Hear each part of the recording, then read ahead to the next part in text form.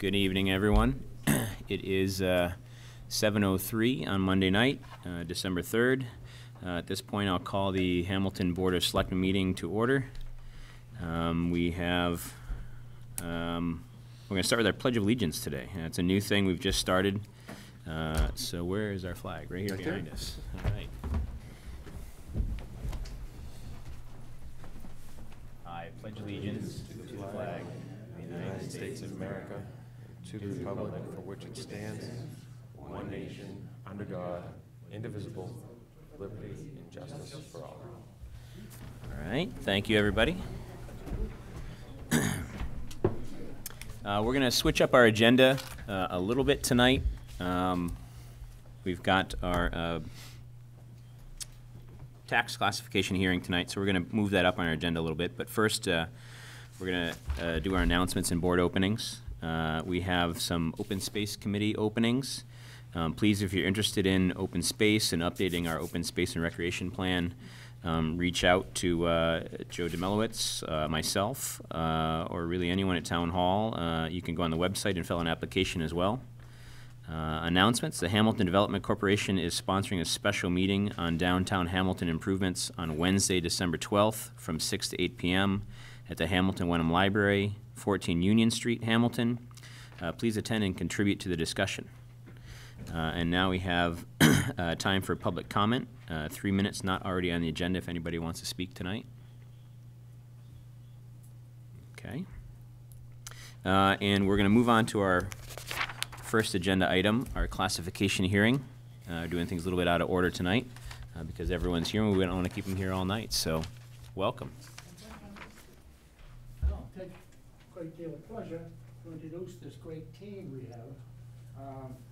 President Peter Kane, who by trade is a surveyor.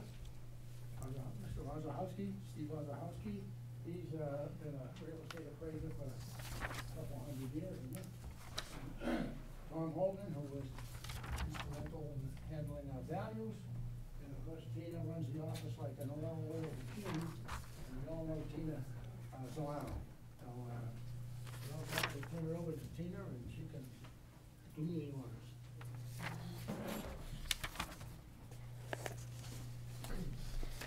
Good evening. Good evening.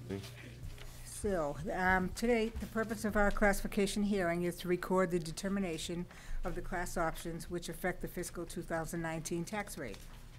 There's 4 options, and historically, the first 3 options have never been adopted by the town as they do not apply, but a vote by the Board of Selectmen is mandated by the state for each option. So we'll go through them briefly. The first one is the determination of a discount factor of up to 25% for all land identified as open space. Hamilton does not have any land classified as open space, and since we do not have any land identified as open space, the Board of Assessors does not recommend a discount. Open space is land maintained in open and natural condition that significantly contributes to the benefit and enjoyment of the public. It reduces taxes on open space parcels and shifts the burden onto other residential properties. And do you want us to do each one individually? Is that the Yes, way we've done it in the please. past, if I'm remembering correctly? So, Yep. does anyone have a comment on our open space? All right, does anybody want to make a motion? I move that we do not have I say I can't remember how we worded yeah, it last I time. recommend move that we do not have a discount factor There we go. for land identified as open space. Second. All right, all those in favor? Aye? Aye. Thank you. Aye. The second is the determination of a residential exemption of up to 35%. 2 types of communities that adopt this exemption are resort communities with expensive seasonal homes or communities with a large number of apartment buildings or investor-owned property. Adoption of this exemption is typically found in communities with a high percentage of second homes such as Nantucket or communities with a high percentage of investor-owned residential properties such as Cambridge. The exemption provides a measure of tax relief to owner-occupied residences by shifting the burden to non-domiciled residential property owners. A residential exemption is not recommended by the Board of Assessors. All right. Any discussion? Anybody want to make a motion on this one? So, can I actually Yeah, ask ask a a question. question?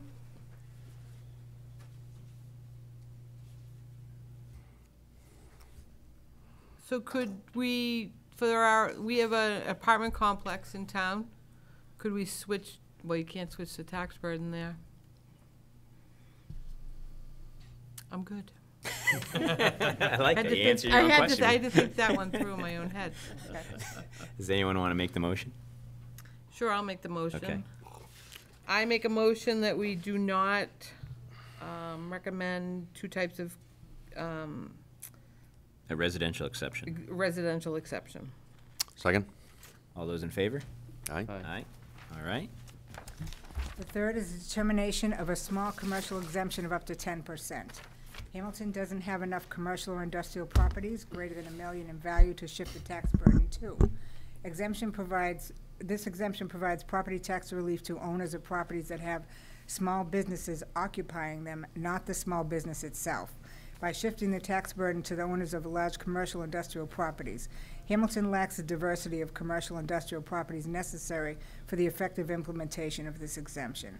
A commercial exemption is not recommended by the Board of Assessors. All right. Any questions or discussion on this one? I'll entertain a motion. I make a motion that we do not recommend a commercial exemption. All commercial exemption. Second. All those in favor? Aye. Aye. And lastly is the adoption of a residential factor for the purpose of determining the percentage of tax burden to be borne by each class of property. We only have 4% commercial and industrial properties, so there's little benefit to shift this burden. Dual tax rate structures are typically found in municipalities with significant percentages of commercial, industrial, and personal property. Examples are Danvers or Beverly. Hamilton only has the 4% commercial, industrial, and personal property. Hamilton has always had one tax rate and always used a factor of 1. Therefore, the Board of Assessors recommend a vote for a single tax rate for all property classes. Just a quick question on this one. What is the typical threshold? I know we're at 4%. I don't see us going exponentially up, but is there a kind of a set threshold where you get to commercial where you end up switching the two tax rates? Excuse me. The rule of thumb, last I heard, was about 11%. Okay. Any other questions or discussion? In our commercial percentages, like couple? 4. 4%? 2.8 Oh, on the all right. back. Yeah. On the back. Yeah. Thank you. I'll entertain a motion. I make a motion that we do not, I make a motion that we recommend a single tax rate for all property classes. All right. Second. All those in favor? Aye. Aye. Thank you very much. The next page is a brief summary of the tax rate for FY19. So the total valuation of the town is $1,669,716,936, which is up 5% from last year. The FY19 tax levy is $27,516,935, which is an increase of 7.5% from last year. Our average single-family home is $600,400, which is up 6% from last year, and the average commercial from last year is this year is $958,900, up approximately 5.7% from last year. The FY19 tax rate is estimated at $16.48. Great.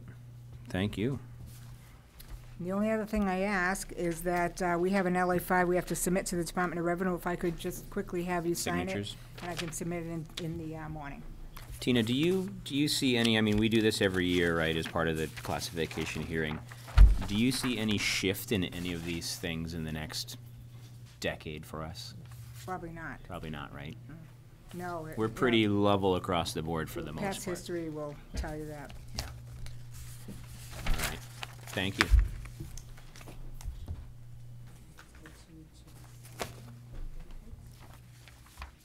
All right, we're going to do some quick signatures here. Is there anything else you need to add, Tina? That's it. That's it. Thank you. Thank you very much, assessors, for coming. Thank you. Really appreciate all the work you guys do. No, you stay. Oh, you have to You stay. stay. Not done yet. We'll get to you in just one second. If you want to be on the Board of Assessors, job. we can talk about that for the future. Yeah, no problem. It'll be a few more minutes. We're going to get to you in just a minute, okay?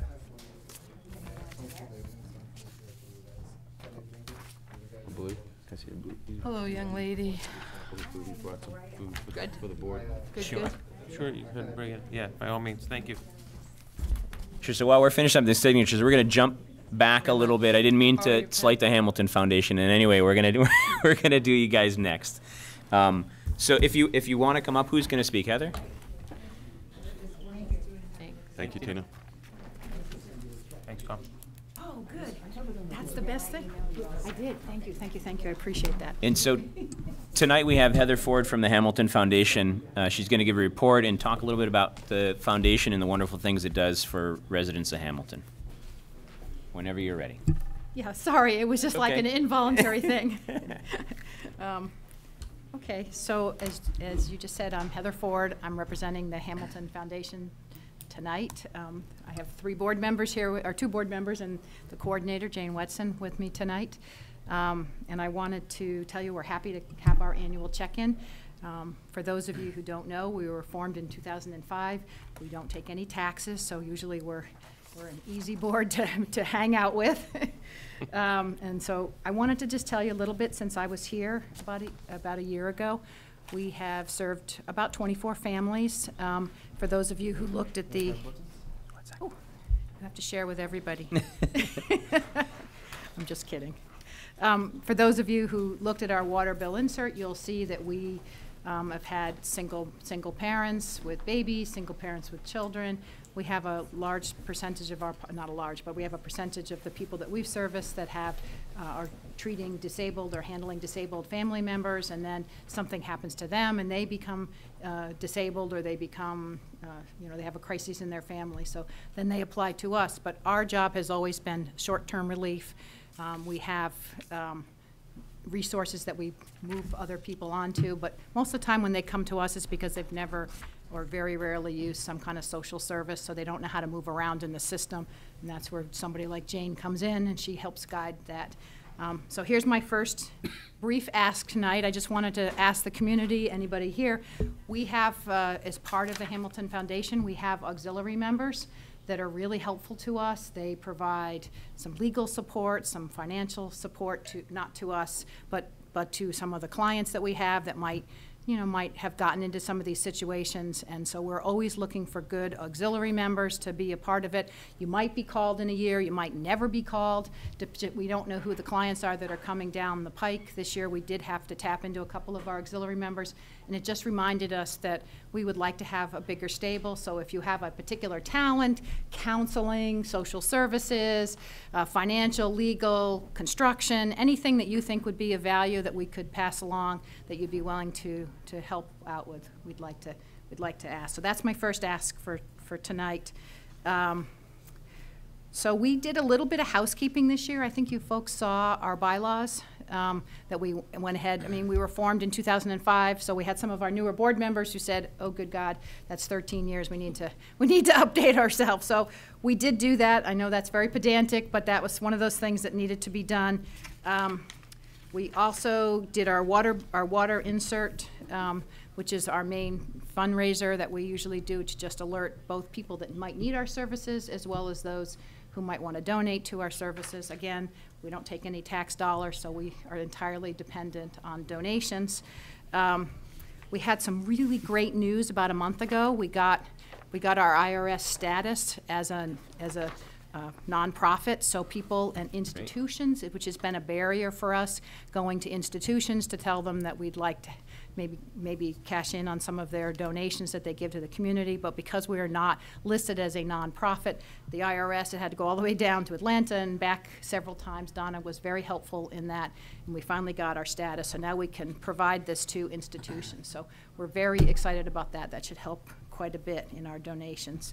A couple of weeks ago, we put a letter to the editor out, so hopefully trying to pull in, maybe people still read the newspaper, so I did see it on Patch as well, so that was helpful. And I talked about the water bill insert. We get, when we create things like the water bill insert or our brochure, we have donations. So every dollar that a resident gives goes to another resident. Doesn't cover any of our administrative costs. We run on a very tight budget, and if we need a brochure or we need a water bill insert, we solicit a separate donation for that. so people can rest assured that we're not spending donations to create a brochure. We like having a brochure, and we like having something hard in our hands because we leave it at a cord, we leave it at the emergency center, we give it to the school systems. It's just helpful to have something out there because it reaches another segment of the population that might not be on social media, because we do span a wide variety of people. We have people in the elderly population as well as, you know, young families. So we try to hit all of the media that we can possibly find.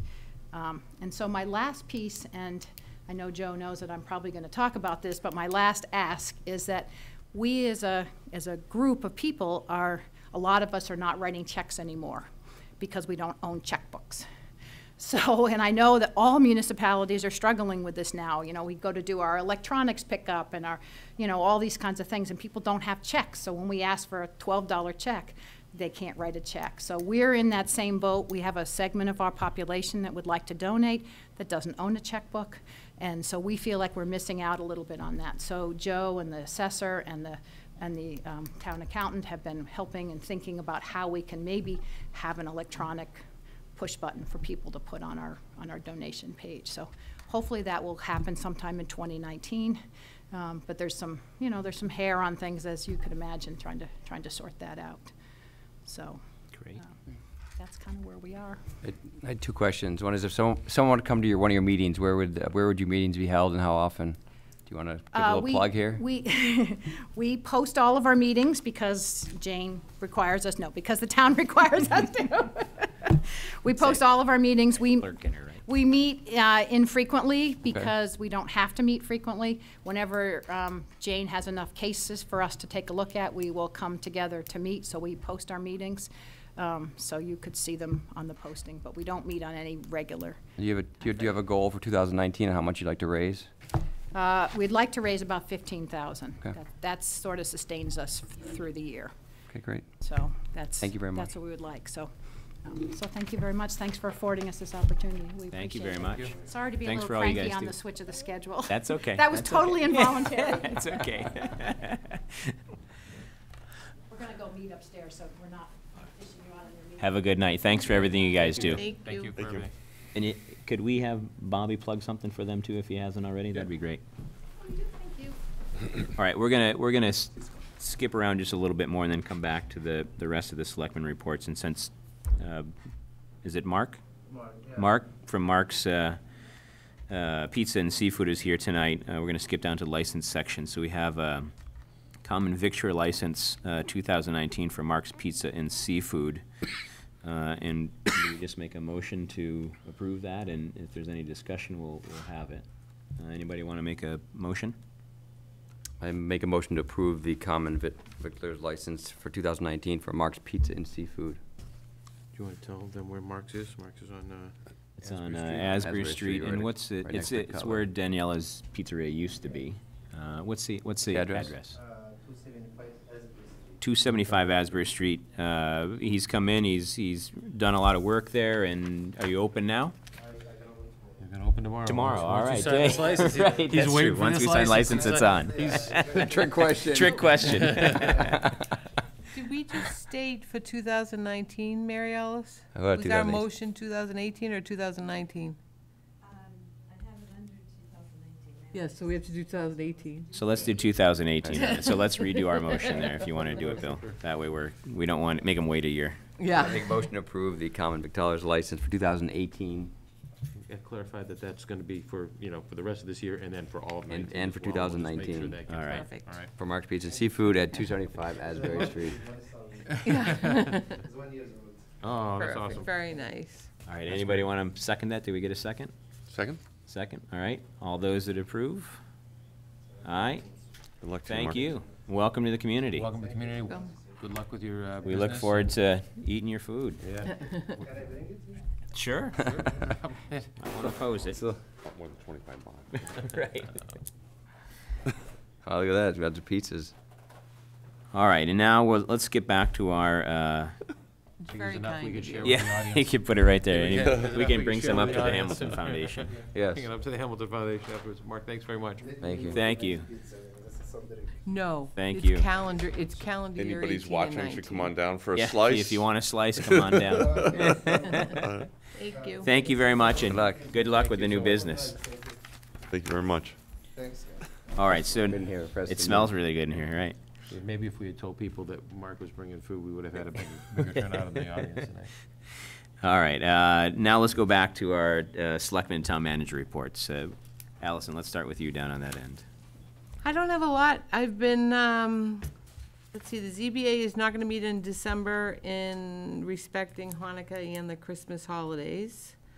And I've just been playing a lot with the town data to see what falls out and maybe better ways that we can keep our data sets. All right. Good. Bill? Affordable Housing Trust meets on the 10th, so that's next week. And then the planning board, they're here tonight to talk about master planning priorities and bylaw changes we're thinking about for the next year, the next town meeting. And then we also had a presentation last week on somebody on the pros and cons of having a medical marijuana bylaw. We currently have a recreational marijuana bylaw, but not medical. So the presentation they did and asked us to consider the pros and cons. So Right. I'll share with you he was supposed to email the PowerPoint presentation, and we should Look talk at it. about, yeah. Actually, I just wanted to share it with Chief Stevens because he's the one who had spirited the recreational bylaw which purposely excluded any medical marijuana. Right, uh, right, because they're two topic. separate things. And as many of you know or don't know, we're a right-to-farm community, so that's why the medical marijuana facility fits in. Scott? Sure. Start off with some sad news. A lot of people know or attended the funeral of Lieutenant Bob Nyland, who served on the police force for a long time. Just a great community member. The whole concept of kind of community policing, he just lived it. Everybody who worked with loved him too, from the town standpoint. So we all miss him and pass our regards and condolences on to his family. There was good attendance at the wake and the funeral last week. For the committee liaisons, the Patton Homestead Inc. Last week we identified some clear liaisons between the town and Patton Homestead. It's good relations between the town, but also from their standpoints to make it a little easier so that we can get information from them too. So some good points of contact across, whether it's DPW or finance or through Joe or grants, all sorts of different areas. So that was really helpful. I'd also like to mention that there's a new, quote, welcome to Chabaco Wood sign up. And I say that euphemistically. If people don't know, there's a piece of property at the intersection of Chabaco Road and Essex Street that's for sale, 60-plus acres. And it's owned by a realty company. They are claiming that the trails that go through there are on their private property, which they are not. They're open to the public, fully accessible by the public. And right now they put a bunch of concrete barriers in there and posted signs, and we're going to have you arrested if you go down there. Well, I'm just going to tell you, if you want to go, I'll walk with you. Happy to escort you through the trails, and I believe we need to, as a select board, discuss this too, because we've also been threatened with lawsuit by this realty company and the Chabaco Woods Association. So, as we all know, our open space and trails are near and dear to us, and I think we need to protect them quite a bit. And lastly, good news, maybe Joe's going to talk about this too, but the Wreaths Across America, you are? Okay. I'll just do a shout out. The program's going great. We need volunteers, or Karen Tyler, who's really sponsoring this, the Veteran Services Organization and the Legion are trying to get volunteers. There are over 800 veterans' graves in the town cemetery, and they're all going to wind up with wreaths on them on December 15th. So it's probably going to be one of the best town turnouts of any of the towns that they're servicing. So it's really incredible. Well, now they are wondering how do they get all the wreaths actually put onto the graves. So if people can show up on December 15th at noon and help for an hour, that would be great. And then many hands will make light work, and we'll honor our veterans there. So everyone who contributed, thank you, and the townspeople too. To remind everybody, the town used $6,000 from our cemetery perpetual fund account, which has been growing and has plenty of money in it, to help providing matching mechanism for it. All right, thank you, Scott. Yep. I'll be fairly brief. In Scott's mention of litigation, 86 Meyer Road, the neighborhood isn't happy with the progress on a house on that street that's been kind of a nuisance for a while to that neighborhood. They're not quite satisfied with the progress on the house, and the neighborhood is potentially threatening litigation to the homeowner and the town. So just wanted to make everybody aware of that. To follow up on Scott's thing also, and maybe Joe may mention this, the Stuff a Cruiser event with the police is coming up. We can bring any unwrapped toys down and put it in the cruiser, and Santa will make an appearance, and I think I can't remember who helps out, it's the Shriners or someone like that. Great event, good way to give back to families in need, and is it this Saturday? It's Saturday the 15th as well. Saturday the 15th. So be aware of that. If you're driving by downtown, you'll see them out there right on Main Street in front of the Public Safety Building. Also, tomorrow night, there's a school committee and FinCom meeting. We, as a Board of Selectmen, posted for it just in case more than 3 of us show up. And also, I have to talk to Catherine to see, I don't know if their Board of Selectmen will be sitting at the table, but we made it kind of an option that we could do either or, and I'll just kind of touch base with them before the meeting to see what their plans were. It's mainly a FinCom and school committee meeting to talk about the budget coming up. But it's basically a good overview. If you're at home, I encourage you to tune in or show up, because school budget is a weighty percentage of our tax rate. And that's all I have. I'll try to be brief as well. We still have a lot to cover tonight. Echo or provide a little more detail to what Scott mentioned regarding the Wreaths Across America. The Essex Regional Veterans Office will be meeting with volunteers. There'll be a short ceremony on December 15th at noon. So if folks can volunteer a half hour or so of their day and get down there a little bit before noon, you'll hear a couple of nice words be said, and then they'll ask you to go lay wreaths on the graves. And the more people we have, the easier it'll be. The Selectmen's donation, the town's donation through the Selectmen rather, was enough for 400 wreaths, and they have enough money to fund over 750 wreaths. So That's great. It's not just the Board of Selectmen in the town, but it's everybody in the town that gave individually. There were corporate donors and everything else in town. So that's fantastic. That's a great event. Also, with regard to people wondering what's going on with the Patent Homestead, we had 9 applicants for the position of Patent Homestead Director. A representative of the PHI board will work with members of our staff here to do first round screening interviews with probably 5 of those, and then finalists will be put forward to me to be interviewed, and hopefully we'll be in a position to offer the position to somebody before the middle of the month.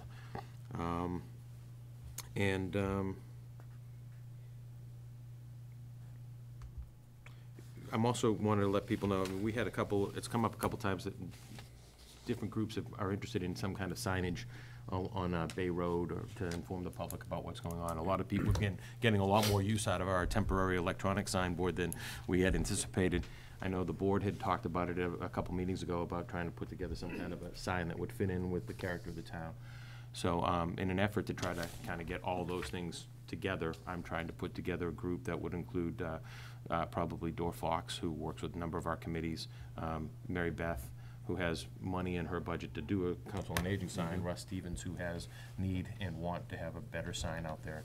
And I'd be happy to have a member of the Select Board work with that group to coalesce around one request to the ZBA rather than have to go back and forth to them and, add more and more signage along Bay Road. The one good sign there should probably cover all of our needs. And I'd like to, have you guys just let me know who you want to work with us, and happy to do that. Yeah.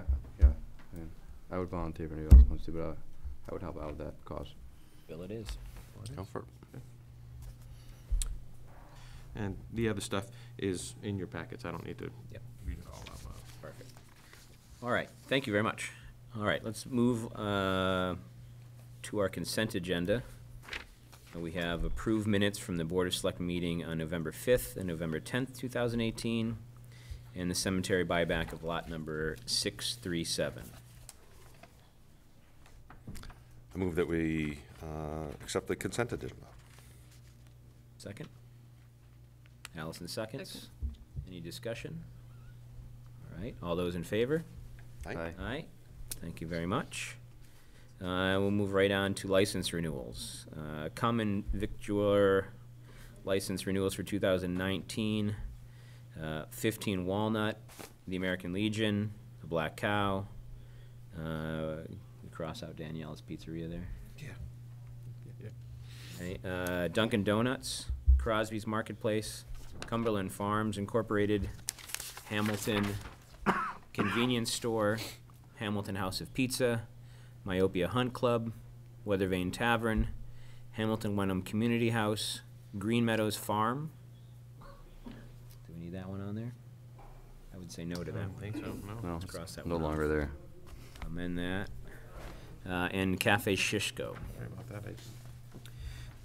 So let's vote on that one first, and then we'll do the other license renewals. So we've struck Danielle's Pizza and Green Meadows Farm. If anybody wants to make a motion minus those two. Make a motion that we approve the 2019 renewal for the common victualler license for 15 Walnut, American Legion, Black Cow, Dunkin' Donuts, Crosby Marketplace, Cumberland Farms, Inc., Hamilton Convenience Store, Hamilton House of Pizza, Myopia Hunt Club, Weather Vane Tavern, Hamilton Wenham Community House, and Cafe Shishko. Second. Any discussion?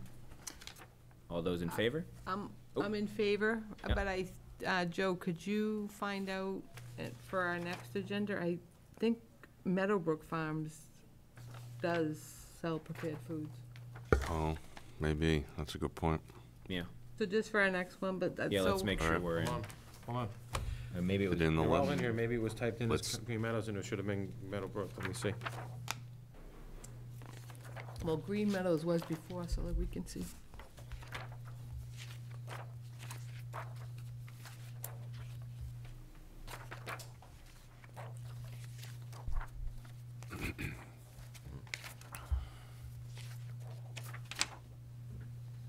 That's it.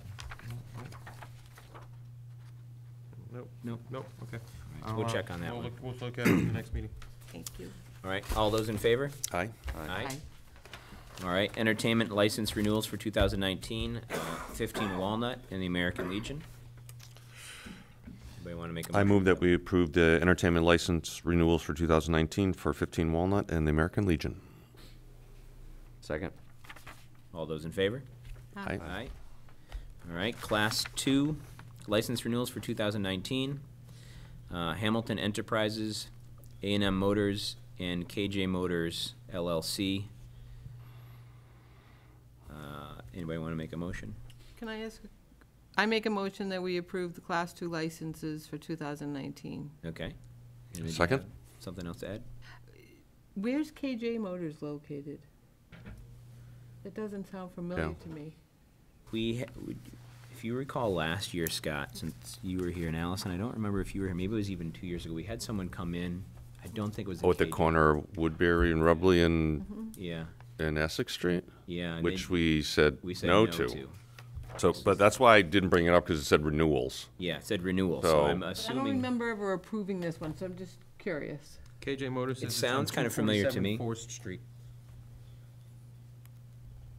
Okay, as long as it's I a think renewal. we've approved, I mean, it's a renewal, we've approved it before, I remember that one, but I can't remember the name of the other one that we had said no to, because there was Okay. something with the garaging and, Yeah. and there was an issue with it. Right. This one says it's for 247 Forest Street in Hamilton, so. I don't remember, but I think I remember. recall this one, All right. so. I know we've done it every year. Where's Hamilton Enterprises? Where's that one? 260 Asbury Street. Okay.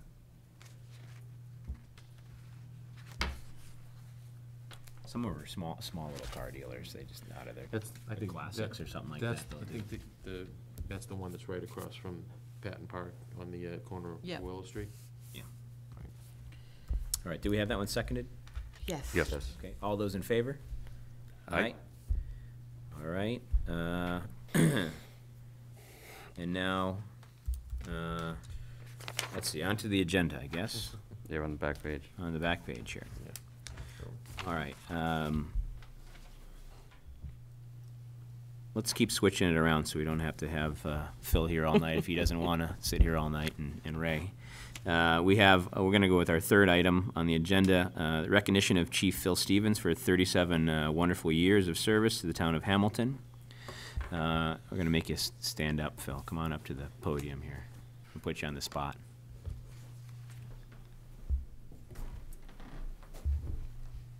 We just wanted to take the opportunity to say thank you for your years of dedicated service. We really appreciate all you've done for the department and the people in it. I think you've really made a difference in not just the fire department's lives, but people in town's lives. You know, Allison can speak from personal experience, the rapidness of response and the caring nature of all the people in the department that you've managed for all these years, and we really appreciate it.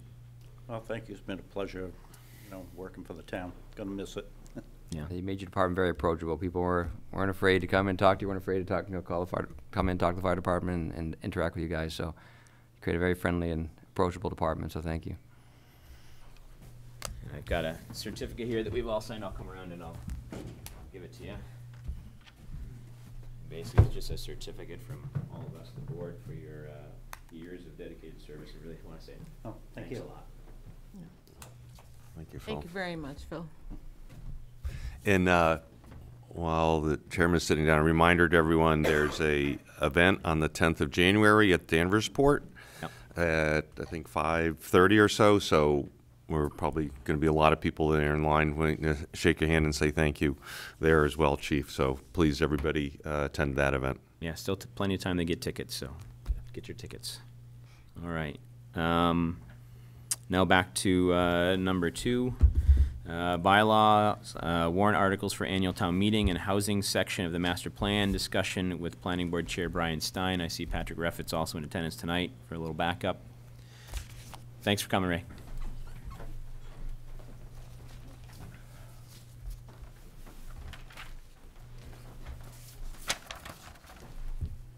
Come on up, Brian. Drop them like flies out there. Yeah, right? Should send them home with the pizza. Whole audience just left. Hey, want to take the pizza to the fire department? Ask them if they want to take a pizza to the fire Probably department. would, Go yeah. grab them, Brian. Yeah, Duke, go grab them. I'm take a pizza to the fire department. Chief, you wanna take a picture with it?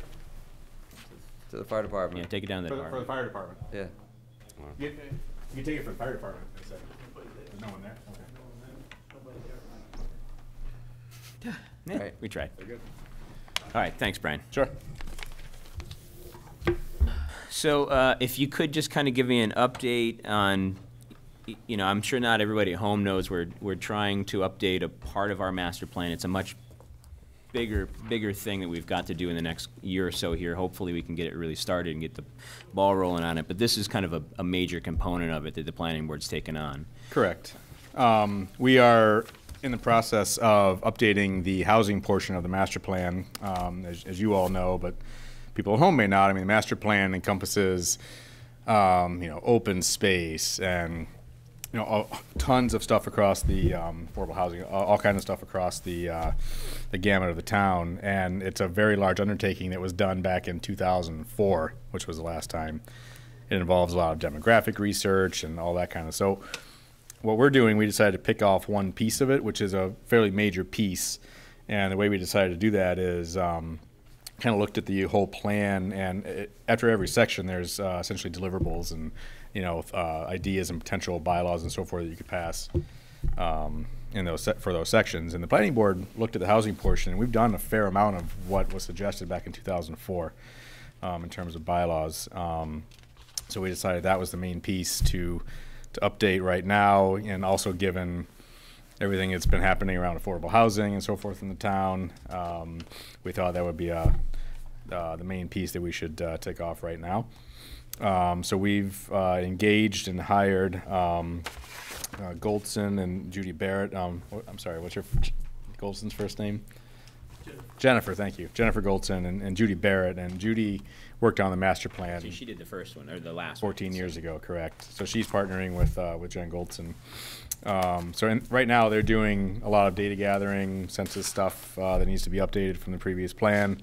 And then that process involves a number of focus groups that we've, tried to include. A lot of us have been, Sean, you did, I did, Patrick has, a number of other people on town boards and so forth, to put together a list of people of a fairly large cross-section of the town.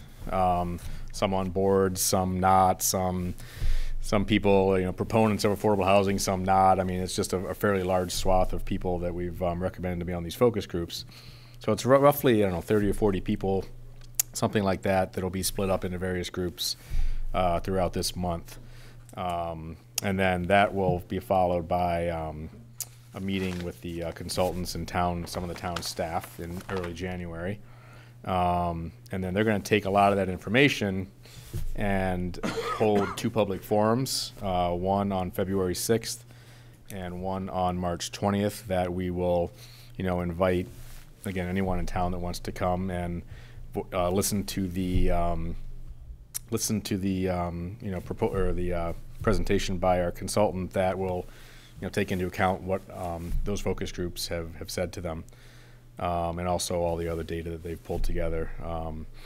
And also it will be a time for, further public comment and so forth. So everybody who wants to be involved can be involved in one way or the other, and, really make their voices heard. All of this will be publicized and noticed and so forth, so that'll be upcoming fairly soon. You said February 6th and March, what was it? 20th. 20th. In, here at Town Hall or library, you don't know No, I yet? believe it's going to be at the library. Yep. Bigger venue for Yeah, us. bigger venue, yep. Do you know if those will be televised? Can we get HW Cam there? I think we Or probably at least can, talk yeah. to Bill Yep. Melville and Yep. see? Yep. So that's essentially where we are with the housing portion of the master plan. I know you guys, after that, kind of want to tackle the rest, or have, various groups tackle the rest. Yeah. In the next year and a half or so. Well, we're already underway with a plan to update the open space and rec plan, so you get the housing section and the open space and rec plan done. That's a 2 large- components that are done, and then, we can try to focus. As an update, I've reached out to MAPC to try to start a discussion with them to see if in this next coming year, we could utilize some of their district local technical assistance and maybe put up some amount of money as well to try to get the other components lined up. Yep. To follow the housing. So Yep. the goal is to continue to work with the planning board. I'm trying to find you guys the extra resources. I'm not trying to step on your toes. So, Right. but we just definitely want to try to have a whole vision of the town going forward, not just from Right. the housing Right. standpoint, because the housing supports everything else that you're going to try to do. So. So how long after the last hearing do you think it would when does the master plan sort of done? I mean, was there a vote? How does it become, once you sort of go through all the information gathering and all the recommendations, what's this next step to sort of say, okay, this is it, this is the master plan? How Well, does it it? would be the housing plan. So. Right, it'd be the housing plan. Do we have a date roughly that Late. was going to be? Late May? Okay. Late May, okay. Thank you. So it's after the town meeting, okay. Patrick's also had an idea that you should all be aware of that we're going to bring to the Affordable Housing Trust next week. The housing plan that they're doing with the planning board accomplishes quite a number of the items that would normally be in a housing production plan. And this housing plan was done as part of the master plan in 2004. Our housing production plan was done in 2009, so it is equally obsolete. Right, And correct, we have not been able to, as a community, coalesce behind any goals on affordable housing based on the last HPP, so it's kind of time for us to do another one. Patrick had the idea to see if the Affordable Housing Trust would be willing to fund the additional components that would be needed to make this plan also a housing production plan. And we'll bring that request to the AHT next week, and hopefully they agree to fund it, and then we'll get a little bit more work out of this and get us a little bit more closer to completeness there. The housing production plan, is that one a 4-year, or is that one an 8-year like the master plan? That Do you- was already. Is it five-year plan, five-year? I knew it was shorter. I thought we had done one in 13 or 14, but I could be wrong. We had a refresh. Yeah, we had a refresh on it. We didn't completely update it, but we reinvigorated it with some different numbers for production. Right. So if you did that in 13 or 14, then it's expiring now anyway. So Right. may as well just go ahead and try to do it all over again as opposed to just refresh. Great. Questions? I do. I guess I'm most interested in what's up with reaching out to as much of the town residents as possible, as many of the town residents as possible, and how we can help get that done too. I know that's a high-level question, but I don't know where you're going, and then based upon that, maybe have some follow-up questions or suggestions. No, we had talked about doing an article in the paper, number one. Obviously, these focus groups, number two. And then we will, by law, have to publish the meetings for the February 6th and March 20th. But I'm thinking that even before that, maybe we'd even do another article in the paper, have something on the town website. And then, I think it's just all of us talking to people that we know, and just kind of spreading the word around to people that want to be involved. And I don't necessarily think we need to send out a flyer to everybody in town, but I think if we all do our part and do the things I just mentioned, that I think we can get a fairly decent swath of the town. So the 30 people you're looking for, they've already been selected, or you're still looking for 30 people? No, we've got a pretty reasonable list as of right now. I think it's more like 40, but. Okay. And those people know people, so. Right, exactly. Them spreading the word. And again, we tried to, with a lot of people's help, get a pretty good swath of what we think the community is with those people. So, from all various viewpoints. And when you're talking a news article or something in the paper, are you talking Chronicle plus Salem News? Could be. Maybe. Yeah. I mean, definitely Chronicle. Yeah. But we could do Salem News. There's a good handful of people that read the Salem News pretty periodically, so that might be a worthwhile expense. If I could offer to, I'm going to sidetrack a little bit, but I have a point to make. I had the opportunity on Saturday in Swampscott, where I live, to attend the first annual, or the first ever townwide idea exchange. It's an idea I want to kind of bring forward to Hamilton. Part of the reason I went was to steal the idea and see what it involved. But one of the ways that they did the outreach for this was that the town moderator reached out to every board and committee in town and said, hey, this is coming up, please come, and please tell all your friends and the neighbors and people on your street that you see. That kind of, grassroots, word of mouth campaign might work real well. It certainly worked very well in Swampscott. They had a very good turnout of several hundred people, a couple hundred people, that showed up at their little workshops. And included, kids stuff. I don't think we'd need to include kids' suggestions in the housing plan, but certainly as we move forward into the other elements of the master plan, open space and rec, that kind of thing, it would be great to have outreach with the schools. So I'd be happy to work with you and Patrick, or through Patrick, to try to get that same kind of word out and get people excited, because I envision us following the same pattern in a couple months from now when we try to bring an idea exchange to Hamilton too. Yeah, no, that's great. I like that. I have kind of piggyback on that, Brian, a suggestion last, that the concept of having liaisons between different boards and committees based upon projects sometimes can facilitate that a lot too. So I guess the request/question is, could the planning board also divide up your 7 members and associates, it's like 9 people, and we could give you the list of boards and committees and the chairs, and they each can do their own campaigning and reach out, attending their meetings, explaining what's going on, making sure those folks are soliciting input, because I think we're in the business oftentimes of soliciting volunteers, and it's hard. And thank you for all the stuff that you do. But those are the volunteers. And there's a lot of them. There's hundreds. And I know there's going to be 30 doing focus groups, but you get hundreds and then the word of mouth mechanism going, so that, again, the whole point being, get the broad input of the entire town into what's going on. The one thing I did forget to mention is there is going to be a survey this month, kind of very soon through the end of the month, that the consultant has, list of questions that will be out, online, and people can also do that, just like you did a couple years ago. So there's my second point, because the survey that really Sean kind of took the point on it, and we redid again, and it had a lot more response in the original 2004 survey. That one was designed to create the first master plan. Right. So we intentionally used many of the same questions to try to get some kind of longitudinal info as much as we could, and we found out we got a much higher response rate. So my request is that everybody who participates in this, especially your focus groups, everyone's going to come in with their ideas, which is wonderful, but we already have data also that we need to use. And there is that set of data. So if you're doing other things, or in addition to that, I think that's great, trying to get as many people involved as possible. But the last survey was over 1,000 responses. 1,001, I think, yeah. Right? So it's about as big a reach as we've ever gotten, I think, yeah. for almost anything. Right. So between the use what we got and use those responses and how those things have changed over time, because that's really meaningful. And then that whole, as Joe was leading to, the word of mouth stuff of using the planning board, each person getting personally engaged with other boards and committees, going to them.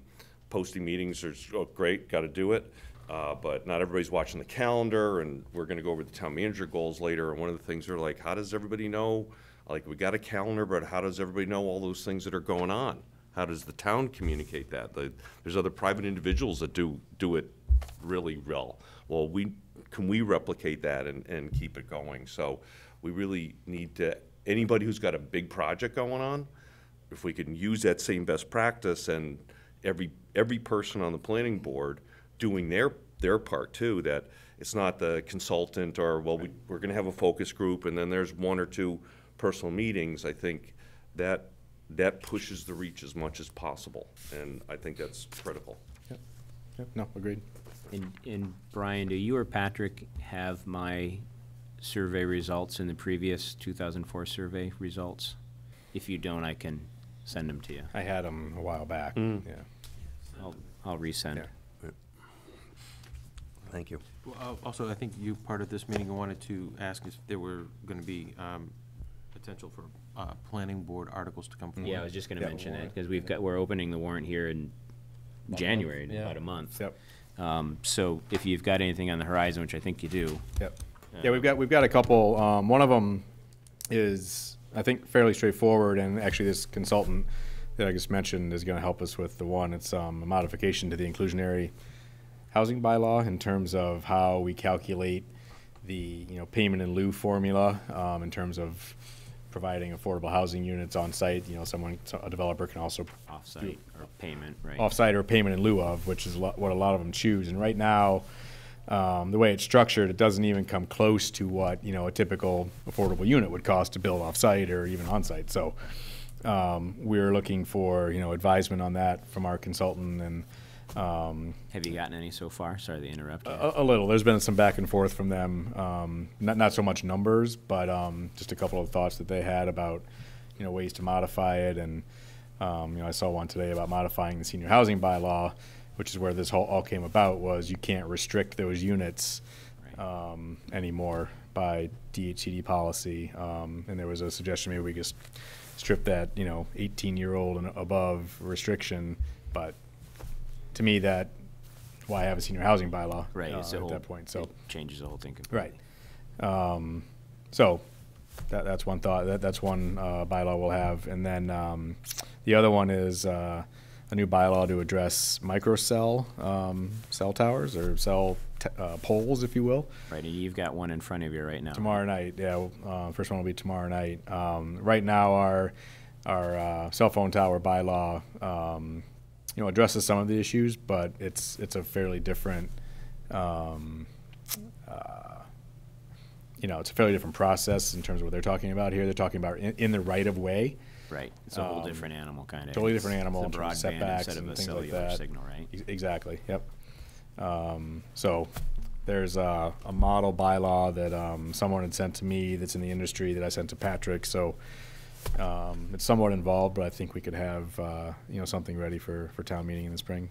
Are we ahead of the game, current, behind the game on this technology? It's fairly new. I haven't researched other towns that have or don't have these, but I know that the model bylaw that I was sent was fairly new. Yeah.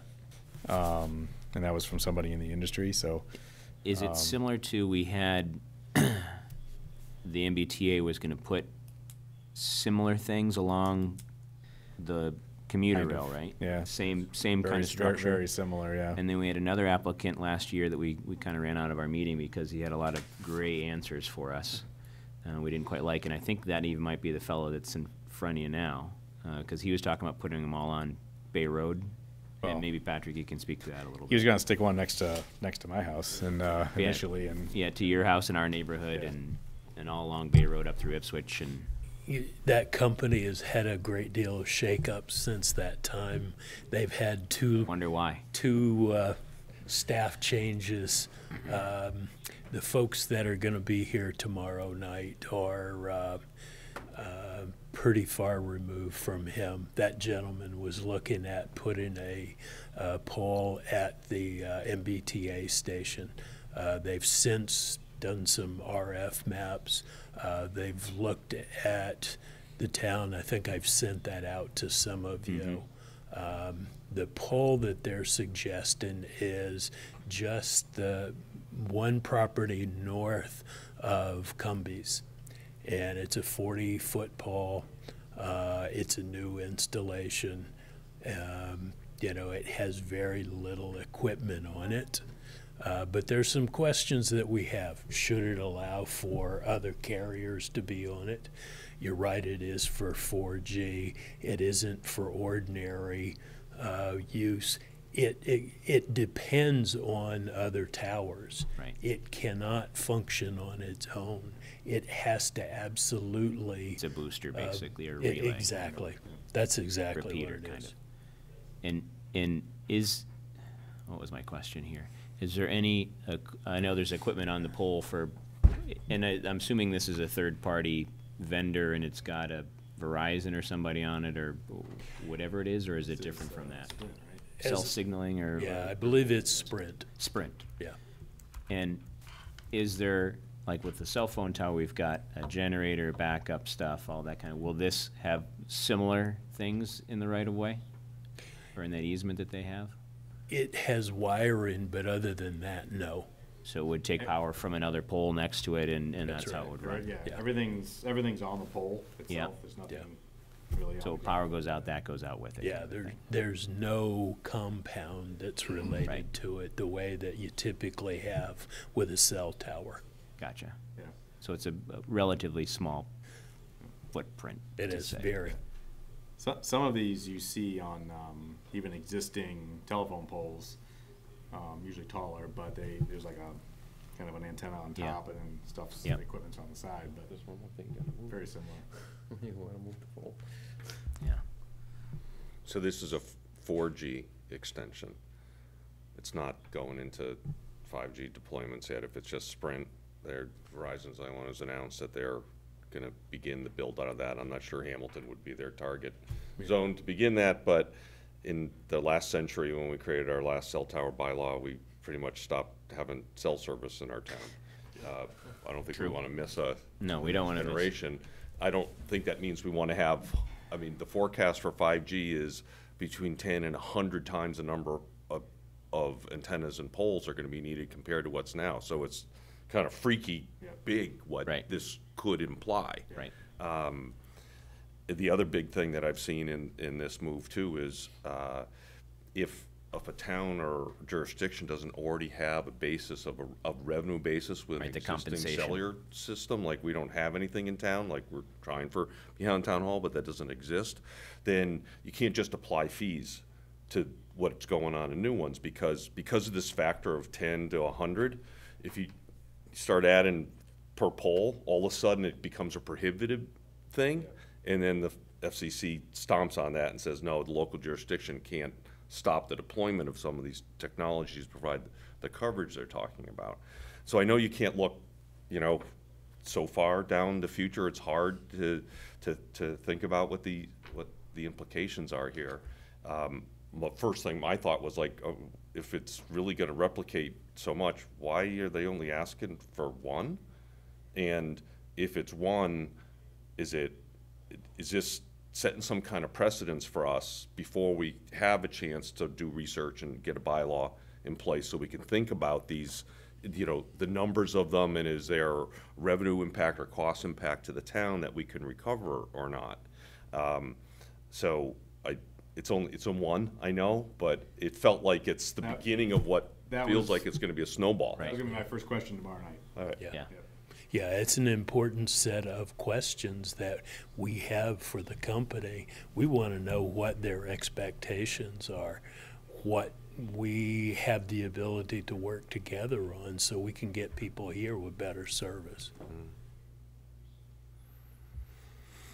Okay. So in terms of other bylaws, those are is there anything else that thinking of, or? There may be some tinkering regarding pool placement. There's another effort that we need to undertake. I suspect it's going to take a while. It's regarding signage. We have issues relative to home business. We have issues at the shopping center. They really want to start having some better signage. What we have available for them is very prohibitive. Doesn't work well at all for them either. And they've been reasonable and cooperative, but they really have been strongly suggesting to the town for probably the better part of a decade, please work with us on a new bylaw for signage on the shopping center. And with the shopping center, I remember, The blade signs. yeah, the blade signs Right. and the ones underneath the eave and stuff Yeah, 'cause like you can't see, Right. if you're walking under the promenade, you can't see any of the stores. Right. Because the sign's out, you gotta walk out in the parking lot and look out, and then you're in the parking lot. Right, and they had brought some plans a couple years ago now at least, you so gotta look it's at the along door. similar lines as what they're looking to work with. Sure. Now, the zoning board's been asking for a little while about modifying the bylaws. They're the ones that implement it. So we'll work with them. But yeah, like Patrick said, it'll take a little time. Yeah. Kind of as a plug and a question for, since you're also the head of the Hamilton Development Corporation, and you're doing more outreach, trying to get people in for downtown areas, could you see anything coming related to bylaws that that you've heard already, or could be things that are helpful to the business community that we should, Bylaws? yeah? No, I mean, honestly, on the HDC, we haven't talked a whole lot about any Okay. potential new bylaws. I mean, signage obviously will have an effect on businesses downtown a little bit, but nothing, no. I'm just throwing out Yeah, ideas so that we get, spitballing. you know, Fair. a list. Fair I question. mean, at one point, a couple of years ago, we worked on a list, tried to get some priorities going, start, just like the master plan, there were bylaws that are created, here's a big list to work on, and believe it or not, with a plan, we started doing them. I think the goal is that the housing plan will maybe spur some ideas for bylaws. We talked about cottage housing a few Right. years ago That's and the said, whole okay, idea. let's put it on hold until we do our master plan, and then maybe we're convinced we need it somewhere in town. So, or the great estate bylaw. Right, that was another one that was. So, Yeah, no, as you know, we've tried a few over the past few years, and they didn't really go anywhere, so.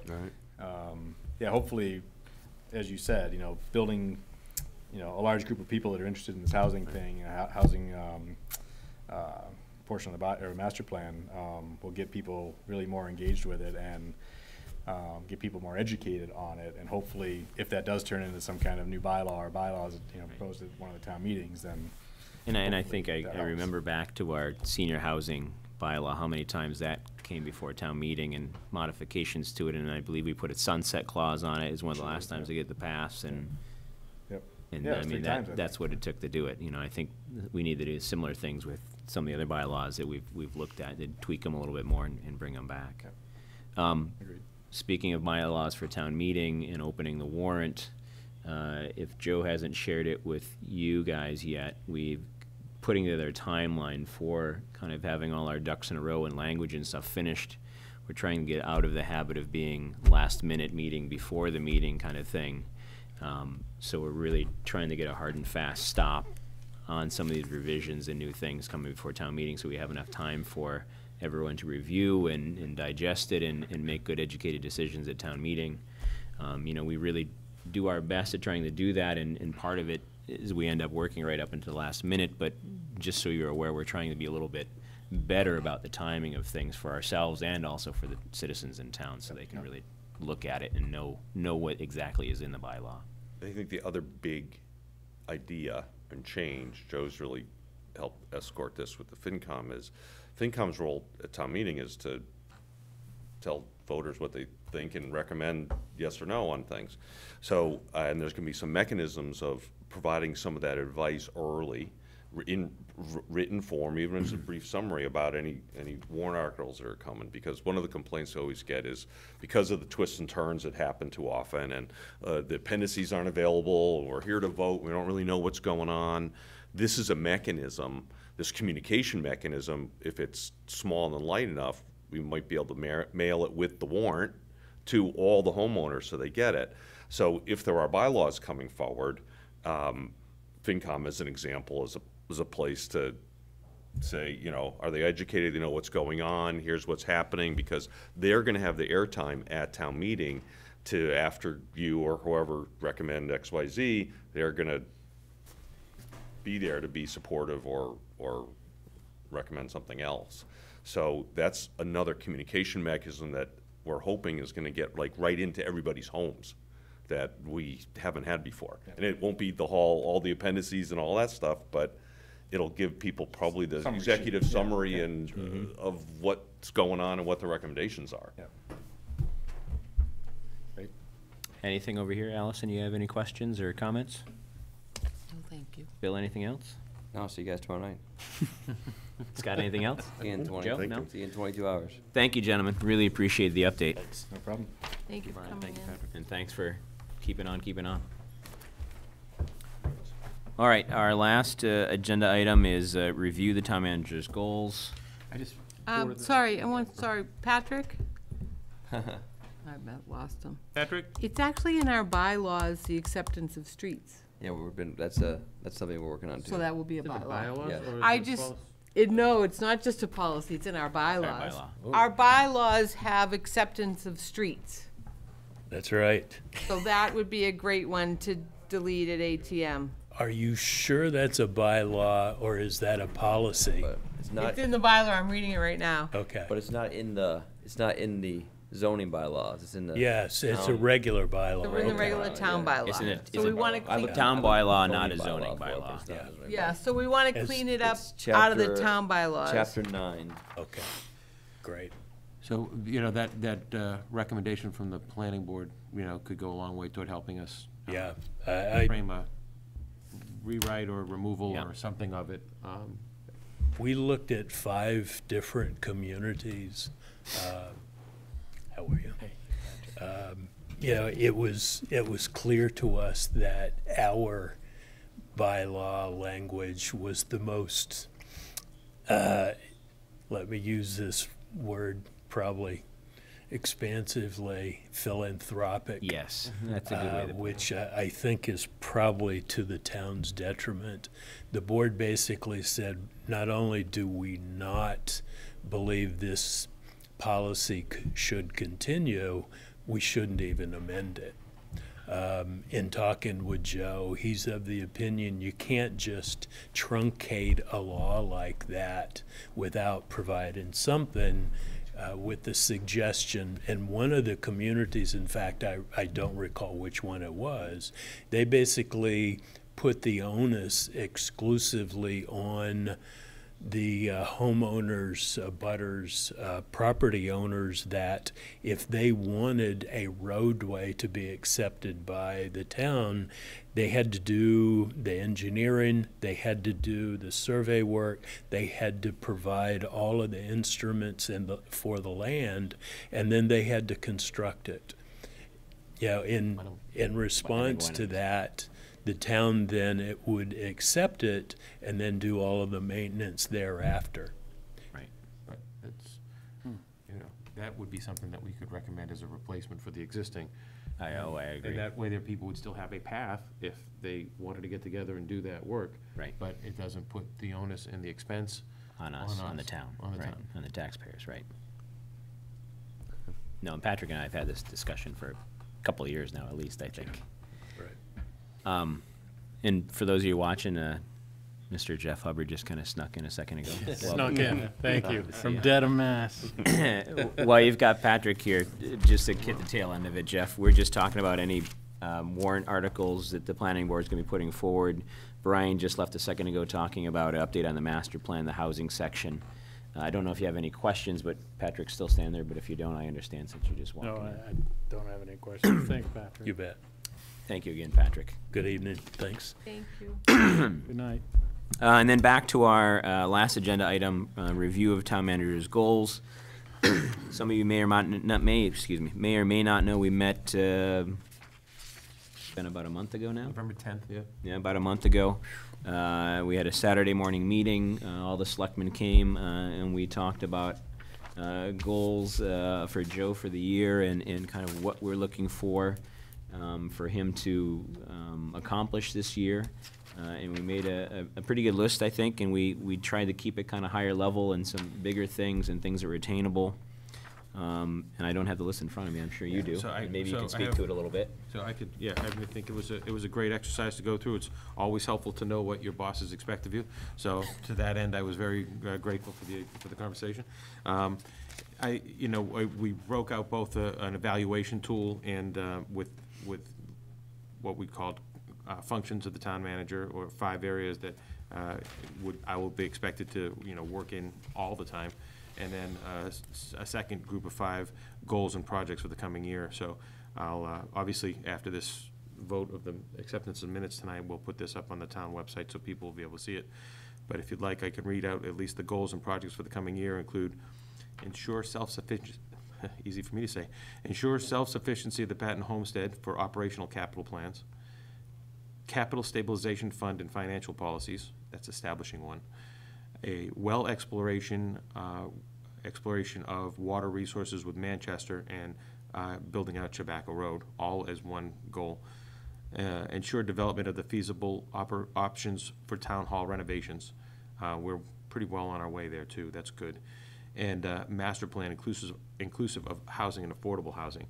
These kind of stemmed from a longer discussion that included brainstorming ideas, and one of the smaller goals, or one of the things that I'm also always supposed to be doing, is always working towards some of the smaller things.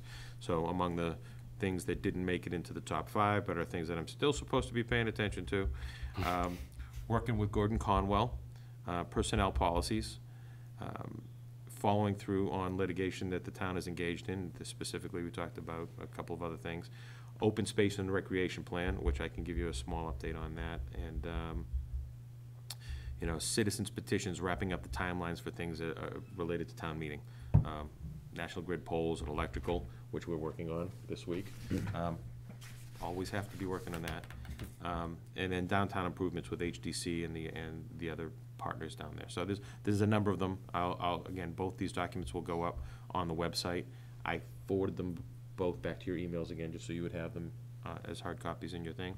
And if you want to, I can hand this over to you, Sean, or if you want to talk a little bit more about it. The top 5 things are what I think we agreed to, are things like communications and outreach, budget preparation. These are the types of things that you would expect a town manager to do, and which I will be assessed at the end of the year, but not really goals, just kind of everyday functions of the office. So if you want to, I don't know if you want to take that, expand on what I offered. Yeah, so one we had was communication outreach, and to Joe, since he's been here, jumped in feet first and is really, I think, done a great job really not knowing anybody and getting to know everybody as quick as possible, and really outreaching to everybody. And that's just, he's already batted that one out of the park so far, and as long as he keeps it up, we're good. Budget preparation and presentation. We've got a bunch of, I should say, our budget season's getting underway here. I think this week was department meetings. We'll be starting those Monday, Tuesday, Wednesday, and maybe Thursday of next week. So the department heads have submitted their request for funds based on the guidance you all and the Finance Commission gave them for a level services budget. There are a couple of minor exclusions to that are actually my recommendations that we'll discuss during the budget process. and all the timesheets, the things that work up the manpower or the manning of those departments have been done by the finance department. So the finance director, myself, the department heads, and a representative from FinCom will begin meeting next week to just kind of go over all those things, making sure everybody realizes where we're at on the same page on those things. Yeah, and then the second part of that is the presentation of the budget, and we've gotten a grant to work on our financial policies, which we're well underway of figuring those out. And then part of that was a way to present our budget in kind of a more readable format than we've had in the past. And Marissa's been working really hard at that. We've gotten a little bit of, I don't want to say pushback, but a little bit of the slows when it comes to the DOR with that part of the presentation. And that's just because they're really busy right now, and we're being as patient as we can because we want to go full speed ahead. But when we get that information, or I should say format, we're going to plug that into our budget and make it a more readable document for everyone, including ourselves. The next item was cooperation and collaboration with boards and committees. And that's just kind of the everyday stuff in coordinating boards and committees with the Board of Selectmen and with each other, especially when we're working with the master plan. And then other just kind of smaller things that come up on the day-to-day. Joe's been doing a really good job of kind of coordinating board chairs and having regular meetings with myself and Scott, Patton Homestead, the Town Hall Building Committee, just about every committee he's been, he's had a meeting with or at least caught up with. Day-to-day operations and management, that's pretty self-explanatory, I think.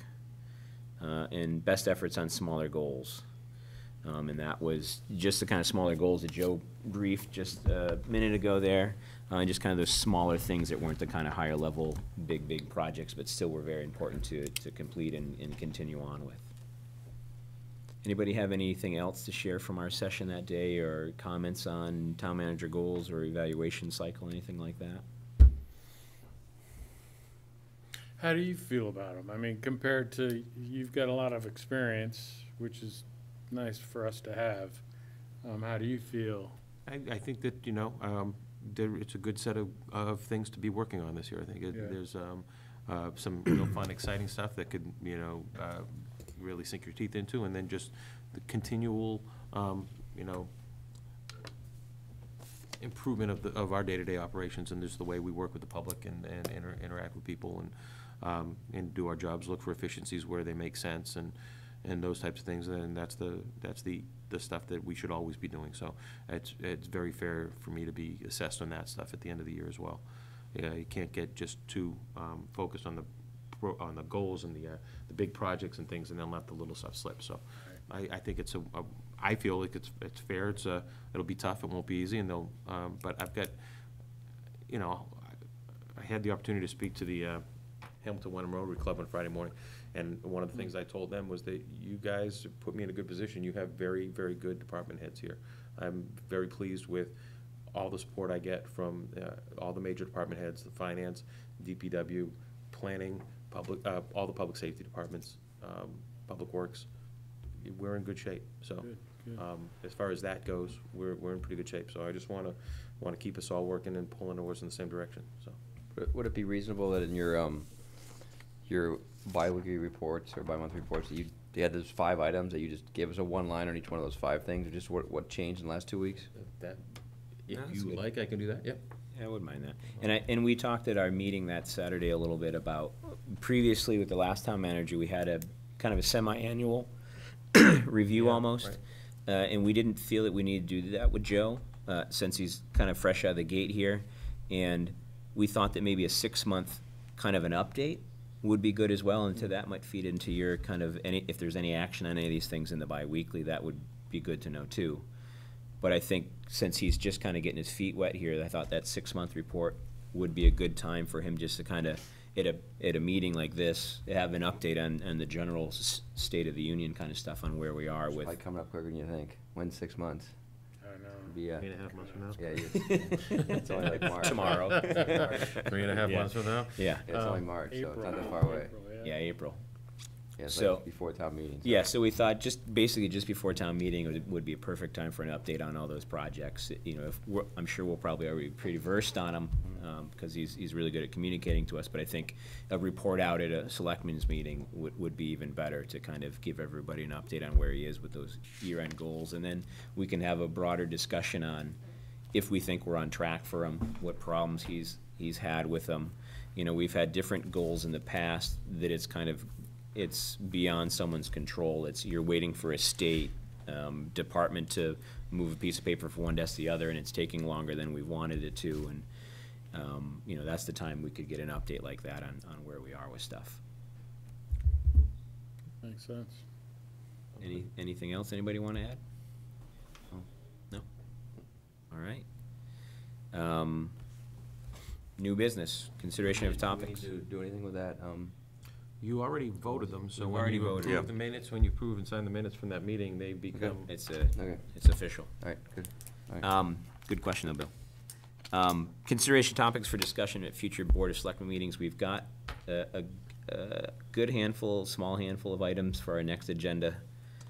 Just to put people in the loop, and you can help me, Joe, if I'm forgetting anything. We've got the Patton Ridge Group coming in to talk about trash hauling and pickup for them, compost, recycling, all that stuff. I think, and we're considering having Patrick Reffitt come back in and speak to us about the vacant and dilapidated buildings bylaw, maybe with Bill Smith, who sponsored the bylaw back to the beginning of the meeting when I had mentioned 86 Meyer Road and the problems associated with that. Still occupied, though. I think that was the issue, is that there's something about when we wrote that bylaw, and it was about you weren't gonna kick somebody out of their house. Or There's nobody in 86 Meyer. It's been nobody. it's There's been nobody. empty It's been property empty for the whole for- time it's been doesn't working. whole doesn't time. meet that exemption. No, it doesn't meet that exemption. So we're gonna invite the neighborhood in that's upset about it and let them speak to it, and we'll hopefully have some forward progress on it and start some kind of a more robust dialogue with the homeowners and see what we can do to rectify the situation. Did you still want to talk about snow plowing and? Yes. So the Plowing plowing private ways. of Private private ways. Give Tim another chance to shout out for more plow drivers. Yes, if anybody at home is listening and you know anybody that's insured plow driver, please, if they're looking for some contracts, have them come to the town here. We're short of, I think, 4 or 5 at least plow drivers at the moment. Yes. One of the things that we had talked about with the FinCom was an invitation to So I can update you Superintendent there. Harvey to come in and give an update on a few things too. So I talked to him today. He has another engagement on the 17th, but he does want to come. Okay. He did say too, he has another engagement, that's not why he's saying, that's why he's saying no. Right. But he also found that the timing of the 17th, when he's presenting his budget to the school committee, and the 19th was, he wouldn't really be able to say much except, come 2 nights Right. later. He asked if he could come to the first meeting in January, and. But part of this and bring request Dave was Polito not as so well. much about the next budget. Right. It was what's also update what's going on, what's already approved, the context of that, there was a list of topics that we had gone through with the FinCom, so it really wasn't about yes, it's to help It's sell the coming back, FY20 budget as best as we can, but there were also More of a update look bits in back there on- too. yeah. But I was also looking at all the other types of things, Right. not just budget, right? He wants to, It would have been, I he think, wants to participate and have that discussion. He Okay. asked if he could come in the first meeting in January, and yeah, I think that's fine. It would have been nicer if he could come to the next one, but I understand, and we still want him in, so let's have him for that first meeting in January if he can make it. Am I forgetting anything? Was there some other? Scott, was On there the, something else? on the acceptance of streets, chapter 9, so is that a planning board or a selectman, since it's not in the zoning bylaw, it's in the Allison, what do you town think? bylaw, so does that It's become? It's whoever wants to bring it forward, so. Right, it's gotta go to the if- town if- meeting regardless. So if we want to bring it, I think we should bring it forward, We sponsor it, I Right. think, yeah. similar to the should- deletion of the The conservation. conservation. We should yeah. look at the timing for it and figure out how long we need to talk about it before. Let's do that sooner than later, yeah. The power, we lost power again. I don't know if there's anything we need to bring up on. I don't know if we knew a reason for it or if we want to bring anybody in to talk about that. Maybe not next week, but after in January. I've drafted a letter to National Grid anyway regarding your change in policy on poll hearings. Yep. And in an effort to incentivize them to come talk to you, so Okay. that And letter's gonna be delivered we this sent a week. copy to Brad, Okay. so he's got it too, so. What was the power outage about this week? They were actually doing maintenance work in Wenham, and they accidentally They shorted the goofed. system. They goofed. And in order to. Was there right there? They forced an issue that required them to take us down so that they could. They had so to, that yeah, they they had to could stop it and safely. fix and then turn the power back on. So Joe's did a great job, I thought, summarizing what that conversation was last week, and the poor person who was here that took the brunt of it from National Grid. I've also learned, I think there's other ways we can now use this. This is a good example, like Joe taking initiative, writing it up in a really good way.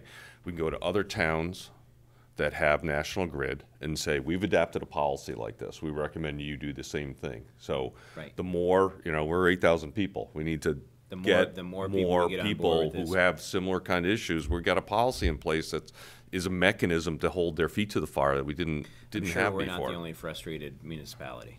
Lots of There's them. no way. Lots of them. So that was a That's in mechanism. the policy. When we want the policy or When are whatever. we gonna discuss the policy again on the agenda? Which policy, the poll policy? You can't accept a policy the same night. We have a policy on accepting policies, so we violated it. Let's So do if it you next wanna meeting and just- actually let's- adopt a let's go policy, through we the have to formality. adopt a policy. So let's put it on the agenda. Next agenda, we'll accept it again. We have to have a first reading, you gotta follow your policy. Okay. Well, I'll get the policy on the agenda for first reading. Okay. And I had just 3 things, but I'm not sure if they're agenda items or just goals, but things I would, for 2019, things that I'd like to see us work on, or individually, you can sort of direct me in it, but compost, I think composting is good for 2 reasons. One, we can probably save $65,000 to $70,000 a year if we educate our community to compost more. So whether it's education, whether it's penalizing those who don't, or whether it's rewarding those who do, but I think it's something that we need to, and then also it's better for our environment, obviously, so saving money is, one you can easily, save taxes. So I think it's $70,000 a year we're paying right now, more than we probably should, because people aren't composting. We need to quantify that, right, but I don't know how we go about that, and what that process is, and I'll help lead that process.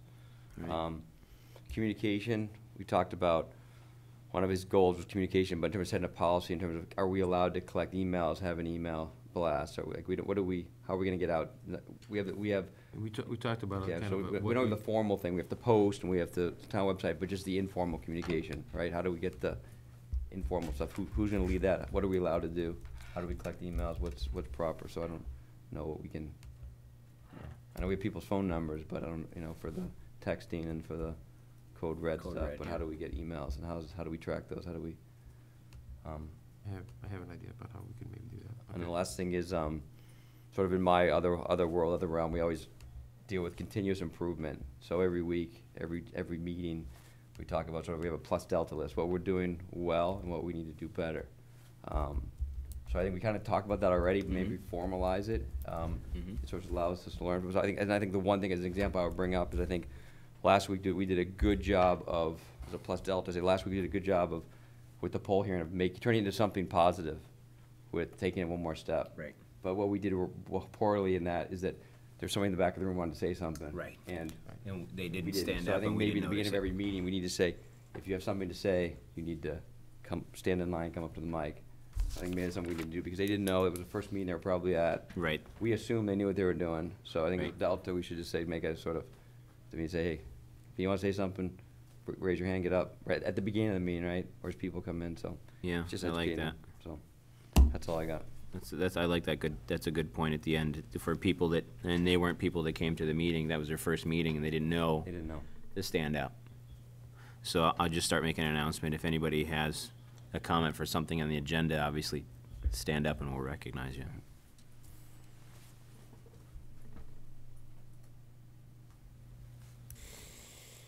Anything else? I'd like to discuss meeting room for the Board of Selectmen, building on town land. Personnel policies, I think, need some updating according to some of the employees. And as a part of that, I just noticed the town bylaws posted on the website have the personnel bylaw section in there that we deleted at ATM. She forgot to delete it. Okay, so update that to the current. Yeah. Schedule of fees, we probably want to look at those as a town bylaw change. We charge a fee for legitimizing children. We probably want to rework that wording. I would like to discuss, a number of our meetings aren't video recorded, but they are audio recorded, so seeing if we can post the audio recordings to the website. They exist, so it's just another. Stole an idea from me that I was looking to bring up to you guys eventually anyway, so. And I know it's outstanding, but could you make sure Honeycomb Common Vic Yeah, it's on comes my up? list too. We're working on it. We're working Yeah. on it. We have, Okay. we have No, a I meeting. saw that, and we don't have to go into it. It's just another one I said, oh, didn't get approved Yep. tonight. But a lot of those, some of those are repeats, but if we could. What's the put first more. one? Meeting space of the Board of Selectmen. I think with this room often ends up too small and we're not compliant. So you want to meet elsewhere? I think we should discuss Okay. looking at a different space to hold our meetings. Jeff, anything from you? No, I'm good, thank you. Scott? All set. All right. Here's my little language here. It's not on there anymore. Why is that? All right, we've got an executive session. I'll request a motion stating the purpose of the executive session, identifying all subjects to be discussed that may be revealed without compromising the purposes for which the executive session was called. So moved. Second. All right, and then we'll do a roll call vote. So all those in favor? Aye, Jeff Hubbard. Scott Matter, aye. Sean Farrell, aye. William Olson, aye. Allison Jenkins, aye. All right, thank you. Thank you. Night, Duke. Thank you. We say Thank not you. to return to We'll normal. only And, be we we'll only be will- returning to